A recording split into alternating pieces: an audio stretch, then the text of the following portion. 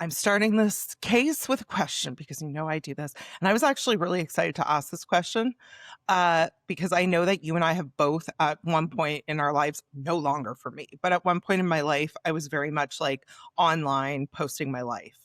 Yeah.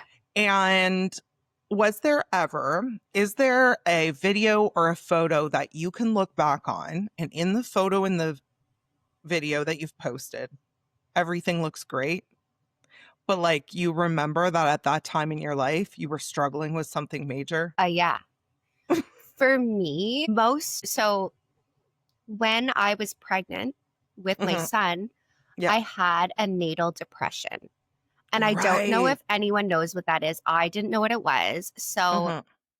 it's similar to postpartum, but it happens during your pregnancy. And usually once you give birth, it like goes It away. It's a goes away. hormonal thing. I had it so bad, you guys, like to the point where and like, don't get me wrong, like I was excited to have my baby, but I couldn't get from under this like fog. I was very like Mm. disassociated with everything Yeah. during my entire pregnancy.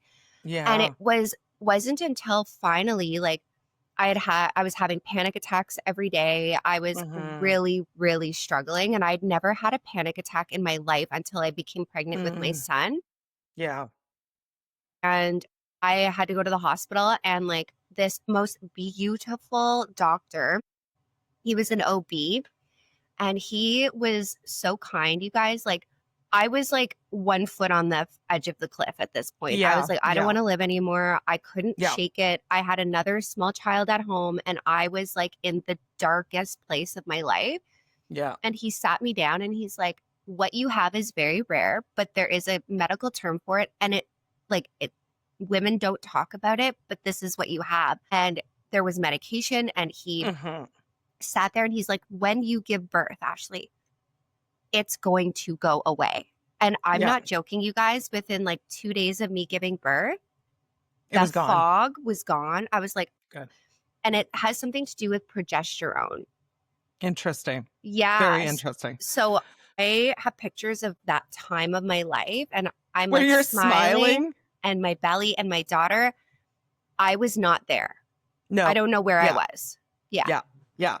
Yeah. For me, there's one specific picture with my daughter's dad because we were still together, and my daughter, and it's fall, and there's this photo and we're all smiling.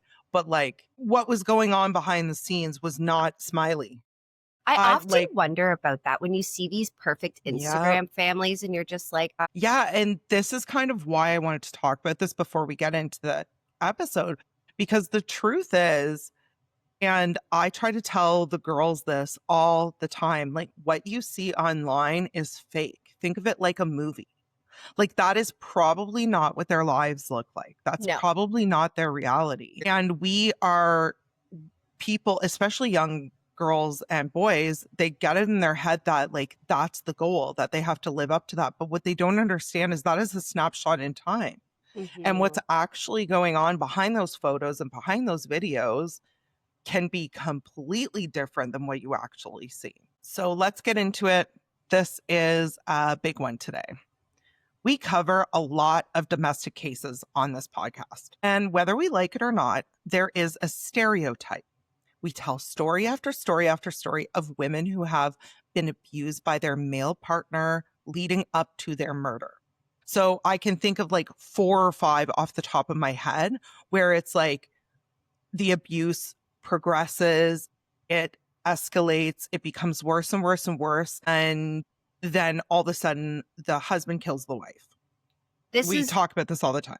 but also statistically, we know every 4 minutes a woman Yeah. is murdered by her male partner Yes. worldwide. So, like, Yeah. it's a true thing. Like, this is Yeah. statistically happening. Exactly. But what happens when that script doesn't fit? When the victim doesn't look like the victim we expect and the aggressor doesn't fit the role we usually assign? Mm, Today I am covering 2 cases okay. where we are flipping the stereotype right on its head. We're Oh, going to man. start with Courtney Clenney, known to her fans as Courtney Tailor. She seemed to have it all.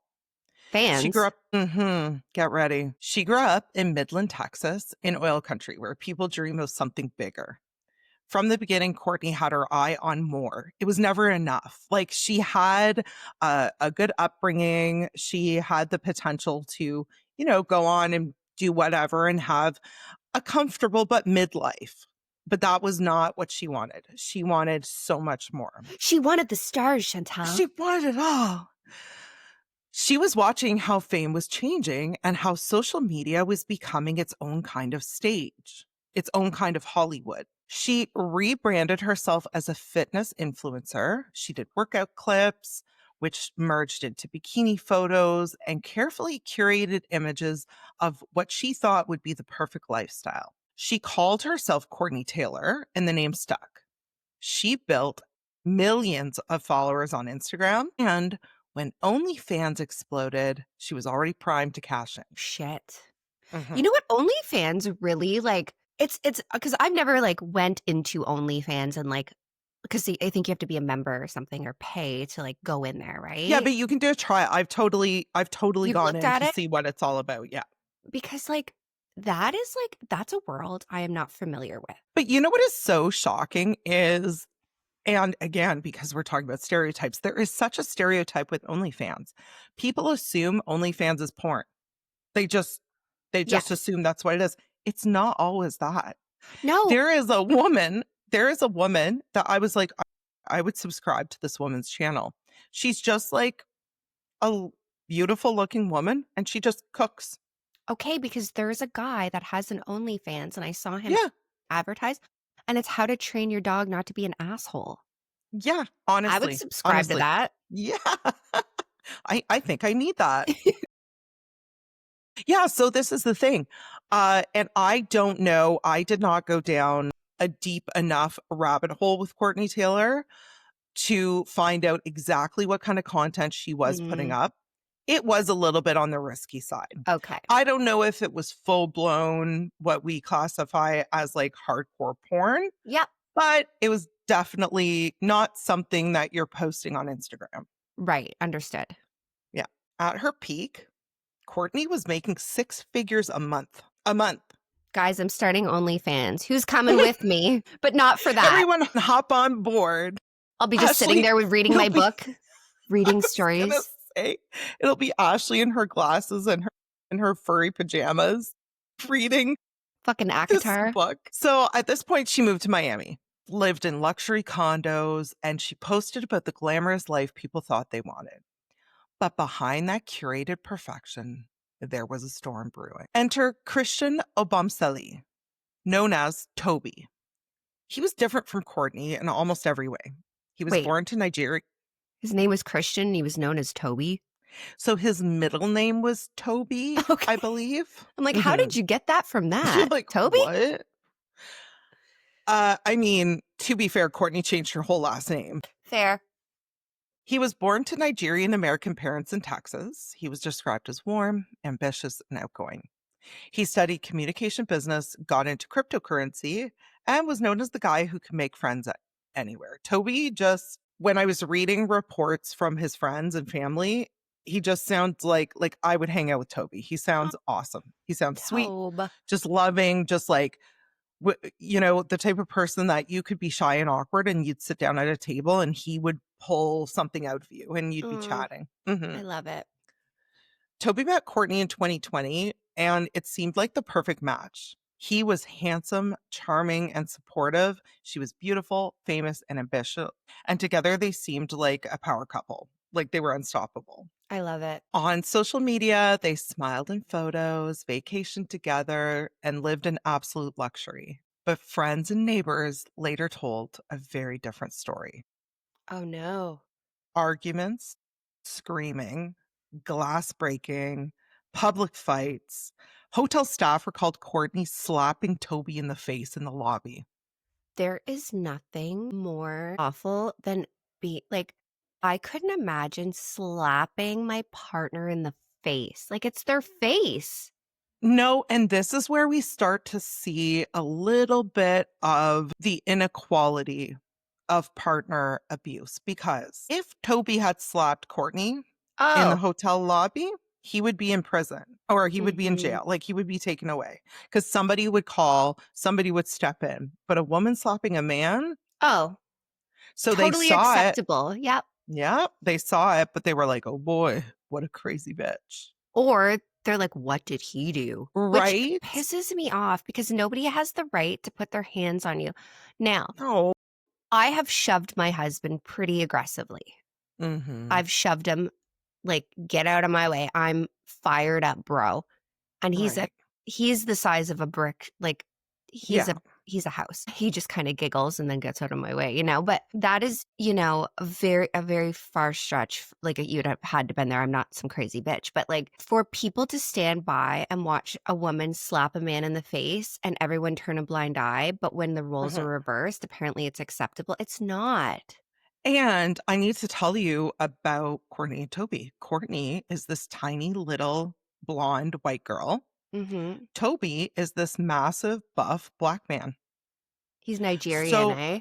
yeah, so like Mhm. and this is the thing where people probably looked at it and was like, all Yeah. right, sweetheart, like what are you gonna do? Yeah. That probably felt like the wind blowing on his face. But But it still doesn't matter. And as no. we see with this story, it can progress. All right. So I want to talk a little bit about this. Being with someone who is an online influencer or public figure or sex worker is not always easy. It takes No. a really special person to know that your partner makes their money by drawing upon the attention of other people of the opposite sex. It takes a special person, and it's okay if it's not.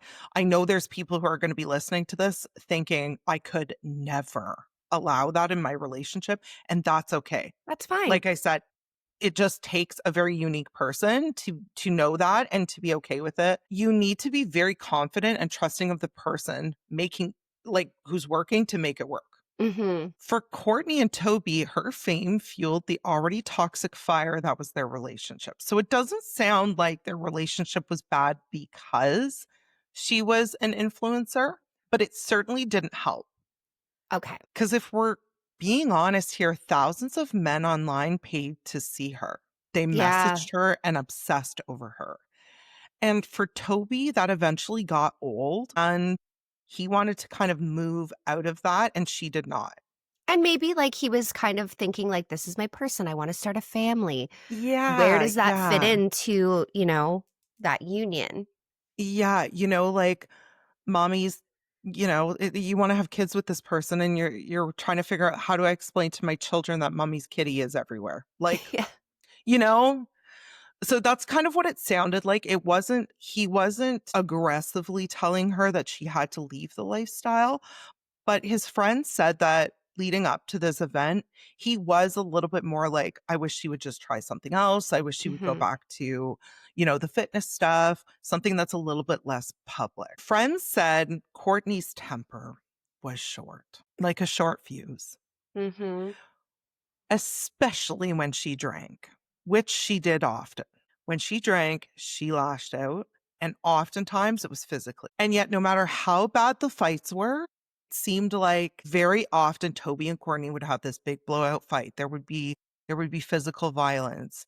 And they would both be like, that's it for us. We're done. And within a couple days they were back together. But here's the thing, you see relationships where the abuser is so good at drawing that person back in. Baby, I'm sorry. It I won't know. happen again. And it's the same thing when the roles are reversed. Hmm. If, he is being abused, Yeah. and oftentimes we want to love our abuser so much and think it will never happen again. I know. But usually once that starts, it's a cycle that doesn't break. Yeah, it's not great. No. It's not great. On April 3rd, 2022, everything boiled over. Courtney called 911 from her Miami apartment. When police arrived, they found Toby bleeding from a deep stab wound in the center of his chest. Jesus Christ. I know. He was rushed to the hospital, but he died soon after. Courtney was hysterical. She's covered in blood. She told the officers, Toby had been violent, that he had grabbed her by her throat, and that she stabbed him in self-defense. But investigators quickly saw problems with this story. The wound was downward, deep, and powerful. So she was Courtney, above him. that's right. Courtney is significantly shorter than Toby.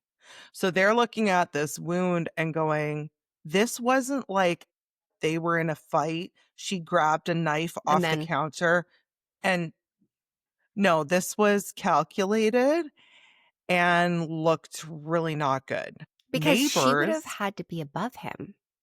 that's right. And how could she have been above him? Was he laying down?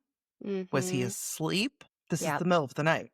Now, neighbors did report hearing another loud fight that day, and digital evidence painted a horrible picture because text messages between Courtney and Toby showed threats, accusations, and Courtney's own admissions of aggression. In one chilling message, she wrote, "I'm really going to kill you." Whoa, whoa, whoa. Okay, just un momento, por favor. Mhm. So here's the thing, though. That doesn't make sense to me because if this was calculated, you're going to send death threats and what? She didn't think they were going to look at the phone. This isn't an active investigation. Yeah.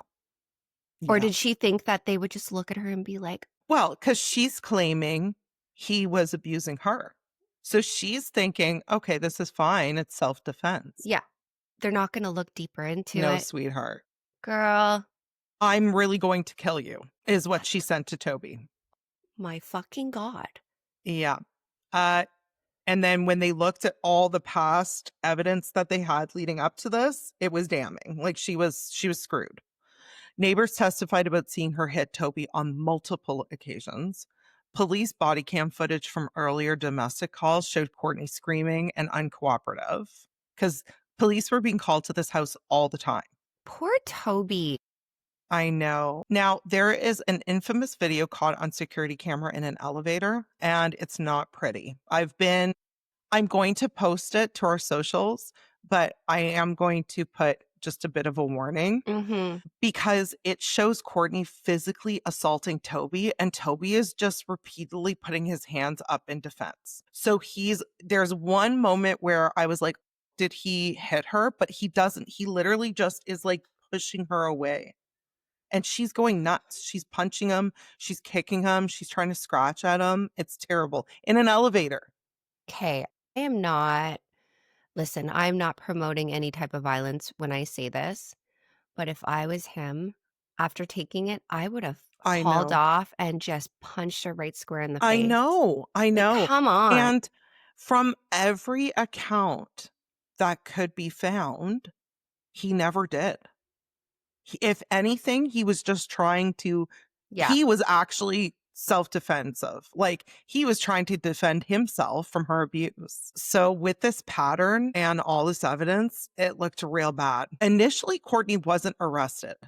Instead, she was taken under Florida's Baker Act, which is when you are thought to be off your rocker and they can hold you for a psychiatric evaluation. So that was initially what had happened. And this decision outraged Toby's family. And I totally understand because they were like, I'm sorry, she just killed our son. Yeah. Baker Act. But that's where we see the double standard. I know. And like as a woman, 100% do not think that women and men should be held on a different standard when it comes to murder. No, I agree. I agree. Or because the thing abuse. is, throughout this entire case, when I was doing the research, I kept playing it in my mind. What if the roles had been reversed? If it was Toby that had killed her, they would have done a psych evaluation in prison. In prison. He wouldn't be in a cushy hospital room. And it would have been all over the news. Yeah. Yeah, right? No, and his family was understandably furious about this. Give me some good news. Days later, videos surfaced of Courtney at a Miami hotel bar. Just days chill. later? Yeah. So once she got released from the Baker Act, because she thought it was appropriate to go to the bar? Oh, yeah, she's drinking with dad. She's relaxed. She's smiling, This posing for bitch. photos. Ugh. That makes me want to barf. Yeah. While protesters showed up at the bar and were Good. like calling her a murderer, and they ended up having to leave. Well, good. Yeah. And okay, let's just play devil's advocate because like we know she did it because she's a fucking psychopath. Yeah. But like have some class. Go home. Like you're gross. Here's the thing, and here's what always blows my mind. And you know that I'm a huge advocate for everybody grieves differently. We can't necessarily judge No. someone's grieving process. Whether he was choking her out or not, with your hands, you just murdered your partner. You just killed your partner. Go home. Do Do not something. You're at the just bar relax. taking Have a fucking bar at home. pictures. You know? It's weird. Do It's it like the weird. rest of us fucking weirdos do. You grab your wine, you hide in your house, get a little ugly, lay in bed and cry. You fucking moron. Yeah, like this is very unusual to just after by your hands, your partner is dead. It's wild. It's Yeah. wild. So the story split in two. Courtney as a victim of domestic violence, or Courtney as the violent aggressor who finally went too far. And everyone had an opinion. But really, we know that the only opinion that mattered were of 12 people, 12 peers.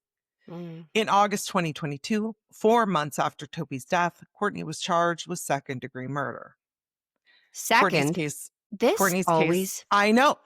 And I have a hard time with that too, because I'm sorry, you have text messages where she says, I'm really going to kill you. That's premeditation. And then she kills him. That's premeditation.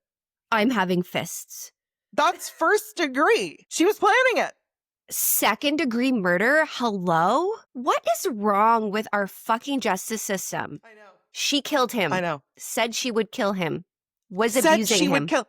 This is it. If we didn't have those text messages, okay. Yeah. Second degree. Okay, fine.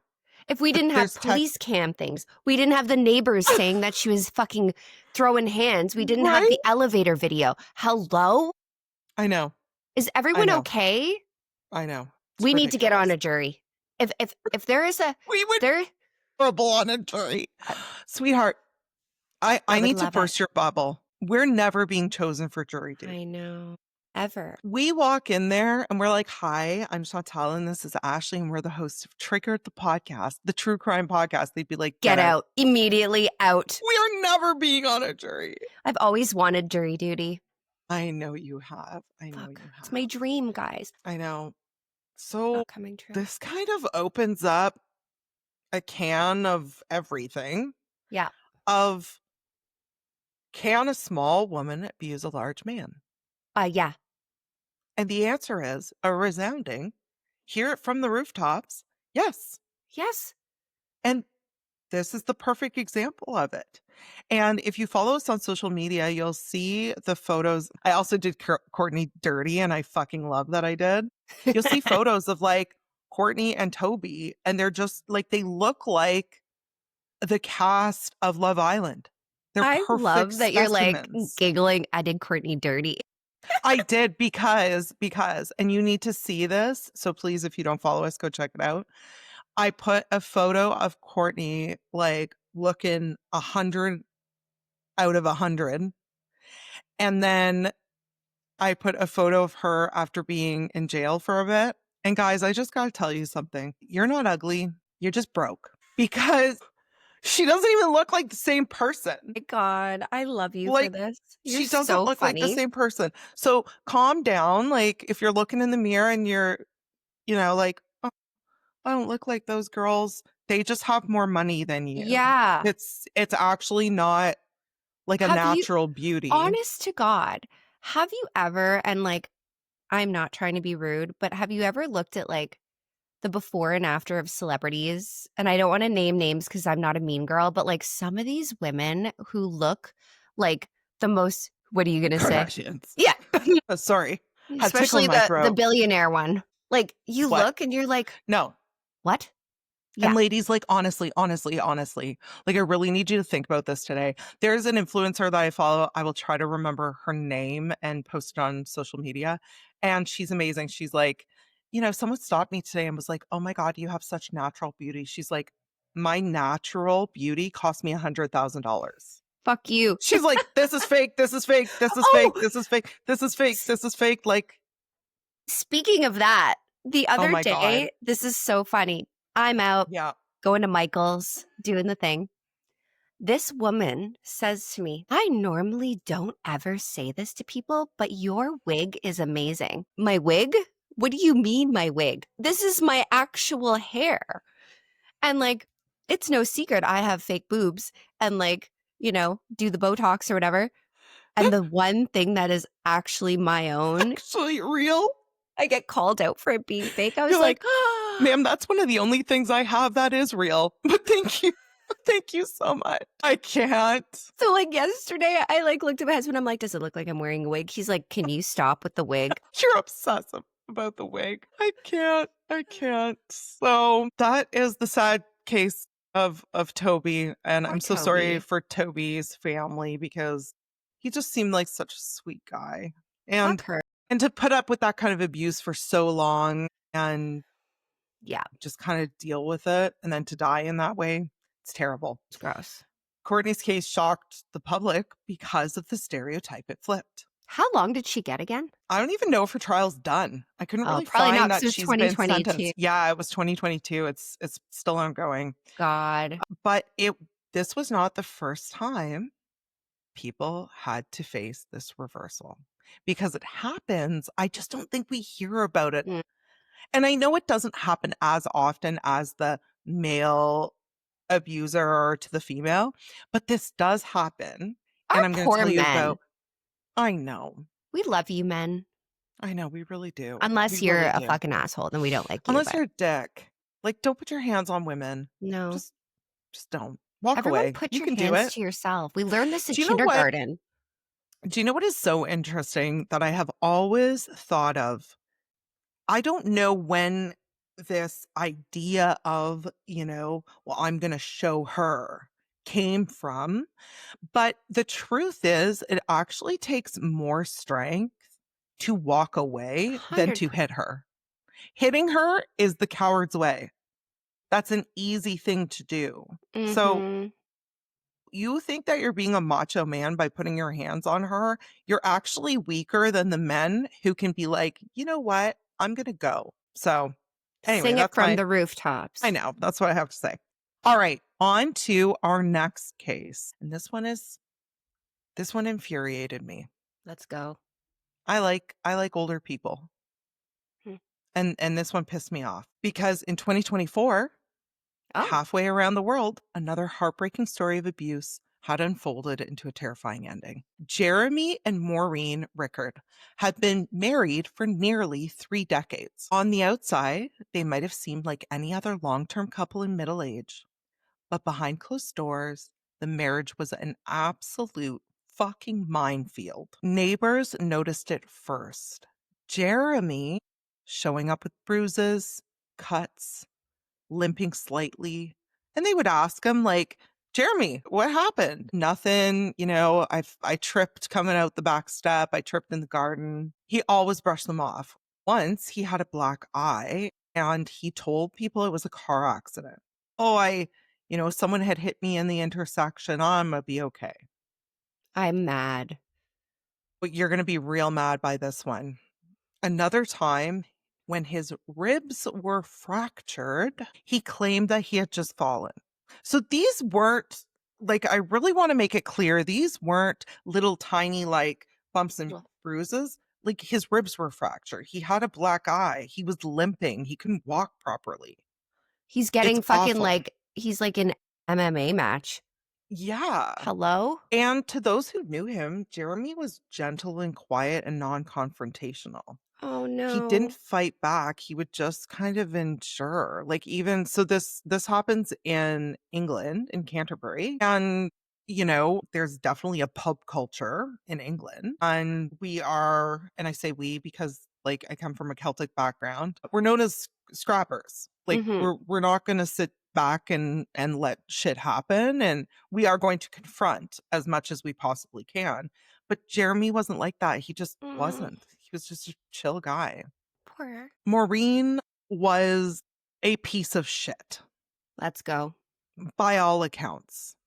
She had a pattern of escalating violence over what they now assume was years. Like, after this all went down, his friends and family were like, when did you first notice the bruises? And it was like, they were married for over 30 years and people were going back like, well, at so-and-so's wedding, I remember asking, and that was like 27 years ago. This is nuts. It's terrible. This wasn't a one-off argument gone too far. This was systematic domestic abuse, and it was Maureen abusing Jeremy. The last confirmed sighting of Jeremy was in early June 2024. His phone activity stopped around the 7th or 8th, and after that, there was absolute silence. But Maureen wasn't silent. She was busy spinning stories to neighbors. And like, when I was reading reports of this, the family was not laughing, but almost laughing about this because she was telling neighbors, well, he's gone to Saudi Arabia. And Saudi Arabia? I will post a photo of Jeremy, and not that there's a type of person that visits Saudi Arabia, because we can all go to Saudi Arabia. But Jeremy was an older, frail guy. Like, the fuck is he doing in there? And neighbors were like, why is he going to Saudi Arabia? And she would make up these elaborate stories about whatever. To their daughter, she sent text messages pretending to be him. And she had started telling their daughter, I just want to be super clear about the fact that this woman gave birth to this girl, okay? Making him talking about suicide, claiming he was going to take his own life. So this poor girl is getting text messages from who she thinks is her daddy saying, I just want to end it all. I'm not happy. I can't be part of this world. And then so that when he went silent and his phone stopped, she just assumed, oh my God, he did it. So, and here's the thing, like, this woman is not just a physical abuse, she's an emotional abuser. And I'd be curious to know if she abused her daughter physically as well. I know. I couldn't really find anything about that, probably to protect the privacy of their daughter, but it didn't work because their daughter immediately sensed something was off. Like, she was like, the tone of the messages wasn't right. And we've talked about this so many times before. The phrasing was different. So she started to really press Maureen. Like, she was like, where is my dad? But it was just excuse after excuse after excuse. But in early July, the family finally reported him missing. On July 11th, police arrived at the Rickards Canterbury home. And when they arrived at their Canterbury home, they were in for a terrible surprise. Police are walking around the backyard. They have, now, English culture, you don't have a backyard, you have a garden. So they're walking around the garden and they're poking around, looking here and there. Under a bunch of grass cuttings, there's this, have you ever seen the hold all bags that you can rent? Yeah, so there are these big tarp bags that you can rent from Home Depot. You fill it full of shit from your yard, and then they come and pick it up and take it away. So they find this hold all bag and they open it up, and there is Jeremy's body. The fuck? She just threw him in a bag and left him in the backyard? Hello? Yep. And the gardeners, the kitten is on some next level shit. The gardeners said, my God, last week, she asked us to pile all of the grass clippings on top of that bag. On top of the bag? Yeah, so the bag is closed. Like, the average person walking around, unless you're opening the bag, you're not seeing Jeremy. So it just looked like, and it looked like it belonged. It looked like she was doing some work in the yard. So when the autopsy was done, we find out the true story. She had stabbed him 5 times, 2 wounds piercing his heart. So she literally stabbed him in his heart. Okay, Maureen, the fuck was, like, what was the end game here? You were just going to leave him, like... Yeah, but that's not it, Ash. Not only did she stab him in the heart 5 times, his ribs were fractured, his body showed evidence of strangulation, and he had bruises consistent with recent assaults spanning months. What in the actual fuck, Maureen, you fucking psycho? This wasn't sudden rage. This was months, if not years, of escalating violence, of her beating the living shit out of her husband. I hate her. Oh, she's awful. Even more disturbing, forensic evidence suggested Jeremy's body hadn't gone straight into the garden. First, she had stored it in a cupboard inside their home. What? Blood had seeped through the floorboards into the flat below, and I couldn't find anything about this, but can you imagine? I'm like looking up. I'm like, oh, there's a mark on the ceiling. Gross. And she would just be like, my gosh, yes, the toilet overflowed. I'm so sorry. Gross. It was not the toilet. It was Jeremy bleeding out. Tell me something good. Because this bitch. After she murdered him, she went on a bit of a spending spree. She took his bank card, bought cleaning supplies. Like I said, she messaged their daughter impersonating him. And chillingly, she even recorded herself. She recorded herself? Videos played in court showing Maureen berating Jeremy, mocking him, and threatening to kill him on her phone. Like, was this kind of like some weird, like, she was getting off on belittling this man? I don't even know. This bitch is a nightmare. She's crazy. So this was, in her own words, it showed the violence firsthand because she was recording herself and then just kept those videos. Why? Which is just insane. So, it's so Maureen, crazy. I know. It's ridiculous. Maureen stood trial at Canterbury Crown Court in March 2025. If you She say denied second... murder, but the jury didn't buy it. Okay. Because the evidence was overwhelming. Her DNA was all over the bag that wrapped Jeremy's body up. Blood evidence in the home proved he had been stored there before burial. CCTV footage of her using his bank card after his death, and those videos were the nail to her coffin. The prosecution painted her as cold, controlling abuser who not only killed her husband, but tried to erase him afterwards. Mm-hmm. On March 13th, 2025, the jury found her guilty of murder. Like first degree? I think it's a little bit different in the UK, but I believe so. On April 9th, she was sentenced to life in prison with a minimum term of 22 years. They're very similar to Canada. And so like life isn't actually life. Yeah. But I hope, Maureen, while you're in prison, someone belittles you, makes you feel as small as you could possibly get, like a crumb. Yeah. And I hope you feel that every day of your life. Yeah. Yeah. So once again, and on the same graphic that I have pictures of Courtney and Toby, I've got a picture of this monster Maureen. Maureen was a Black woman and Jeremy was a white man. King crazy. So Stereotype just flipped right on its head 100%. in both of these cases. And as I close out this episode, I just want to remind everyone to trust your intuition. Yeah. It doesn't matter sex, race. It doesn't matter.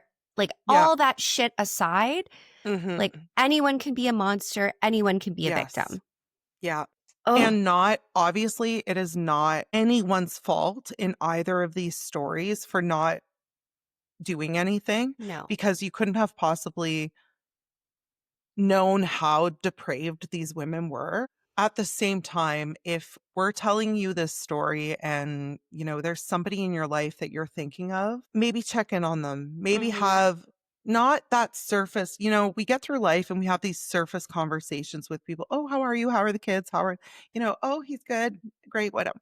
Sometimes it's up to you to dig just a little bit deeper to just, are you really okay? You got a lot of bruises on your neck. Like, are you really okay? You can tell me.